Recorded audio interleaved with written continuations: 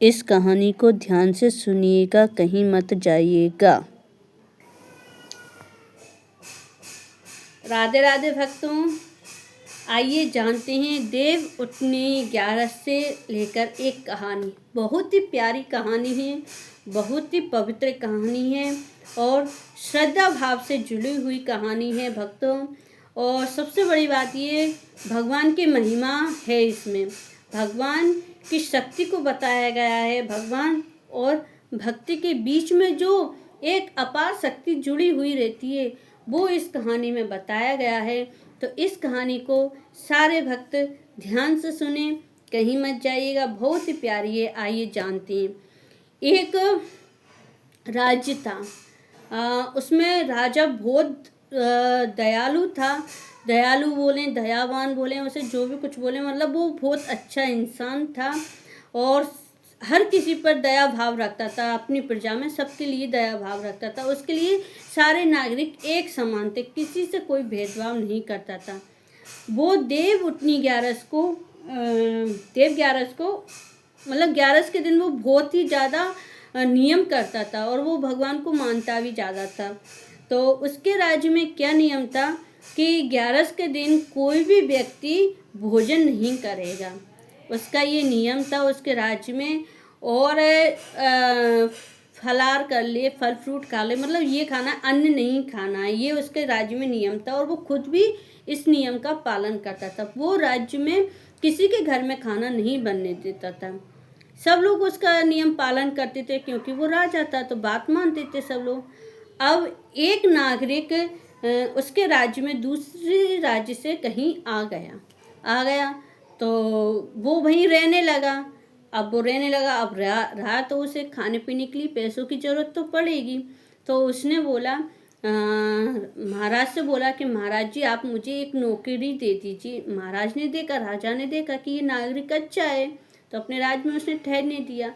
अब ठहरने दिया तो उसने कहा कि मेरी जीविका चलाने के लिए महाराज मुझे नौकरी तो चाहिए, मैं अपना पेट किससे भरूंगा। तो महाराज ने कहा ठीक है, मैं आपको एक नौकरी दे देता हूँ, लेकिन मेरी एक शर्त है। महाराज ने शर्त रख दी राजा ने। तो नागरिक ने पूछा कि क्या शर्त है, आप बताइए मुझे। कि मेरा एक शर्त है कि मेरे राज्य में आप कुछ भी बनाइए, कुछ भी खाइए, कोई दिक्कत नहीं, लेकिन 11 के दिन आप अन्न नहीं खाओगे और आपको व्रत रहना पड़ेगी, फल फ्रूट खाना पड़ेगी। तो नागरिक ने बोला कि महाराज मैं तो भूख सहन कर नहीं सकता, मुझे तो बहुत तेज भूख लग जाती है और अन्न तो मेरे लिए ज़रूरी है, मैं बिना अन्न के नहीं रह सकता। तो महाराज ने कहा नहीं, मेरा नियम है, मैंने आज तक 11 पे ना मैंने खुद ने खाया, ना मेरे राज्य में किसी ने खाया। फल फ्रूट खाते हैं, सब लोग व्रत रहती हैं, मैं भगवान को ज़्यादा मानता हूँ। तो उसने बोला कि महाराज मगर मैं ये नहीं कर सकता, ये संभव नहीं है मेरे लिए करना, मैं सहन नहीं कर सकता। तो राजा ने बोला ठीक है, एक काम करते हैं, आपसे सहन नहीं होती भूख तो आप इस राज्य से दूर जाकर कहीं जंगल में आप अन्न बना लीजिए और खा लीजिए। तो उसने बोला ठीक है। अब वो नौकरी करने लगा। अब नौकरी करने लगा तो 15 दिन बाद 11 आई। 11 आई तो राजा ने उसको अन्न का पूरा सामान दे दिया, आटा चावल दाल सब कुछ दे दिया और बोला कि जाओ तुम दूर राज्य से बहुत दूर चले जाओ, किसी जंगल में जाकर खाना बना लेना और खा लेना। तो उसने बोला ठीक है महाराज, मैं बना लूँगा, खा लूँगा, लेकिन एक काम करना कि मेरे ठाकुर जी को पहले खिला देना। अब ठाकुर जी बोला तो यानी कौन, भगवान को, कि मेरे ठाकुर जी को पहले खिला देना, उनको भूखा मत रखना। उसने ये बोल दिया कि ठीक है। अब उसने ये जो बोला उसने भी बात मान ली। अब वो चलता गया, अब एक जंगल में जाकर पहुंच गया। वहाँ पहुंचकर उसने बोला कि मैं खाना बना लूँ और फिर ठाकुर जी को बुलाऊंगा। तो उसने खाना बना लिया। खाना बनाकर फ्री होकर उसने बोला ठाकुर जी आ जाओ, खाना खा लो, राजा ने बोला है तभी मैं खा पाऊंगा, मैं भूखा हूँ।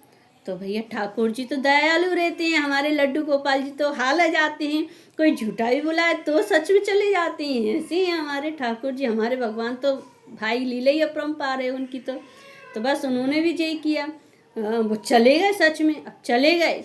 तो उन्होंने कहा कि ये खाना खा लो। तो ठाकुर जी ने बोला ठीक है खा लेता हूँ। अब उन्होंने चला खा लिया। अब उन्होंने खा लिया तो वो पूरा खाना ख़त्म हो गया उनका। अब वो भूखा रह गया। तो एक हिसाब से उसका मतलब व्रत जैसा हुआ, उसे कुछ भी नहीं मिला खाने। अब वो आ गया राज्य में। अब दूसरी फिर 11 आई। तो राजा से फिर बोला कि महाराज आप मुझे दे दीजिए। तो महाराज ने दिया, आटा उतना ही दे दिया। तो उसने बोला नहीं महाराज जी इतना मत दीजिए, थोड़ा ज़्यादा दीजिए। तो राजा ने बोला क्यों, तुम तो एक व्यक्ति हो, काफ़ी है तुम्हारे लिए। अरे नहीं महाराज जी, वो तुम्हारा ठाकुर आता है ना, वो है ना मेरा पूरा खाना खा गया। इस बार तो मुझे ज़्यादा ही देना कि वो भले कितने ही खा ले मगर मुझे तो बच जाए।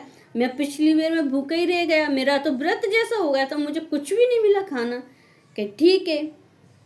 अब वो लेकर चला गया, लेकिन इस बार उसने खाना बना लिया, सब कुछ कर लिया, लेकिन उसने जो ठाकुर को बुलाया ठाकुर जी नहीं आए। अब वो खाना ऐसे ही रखा रहा। अब वो चिंता के कारण उस नागरिक ने भी खाना नहीं खाया कि इस बार ठाकुर जी आए नहीं, पता नहीं क्यों नहीं आए, कारण क्या हो गया। इस बार तो मैं ज़्यादा खाना लेकर आया हूँ फिर भी नहीं आया ठाकुर जी, क्यों नहीं आए, वो तनाव मेरे।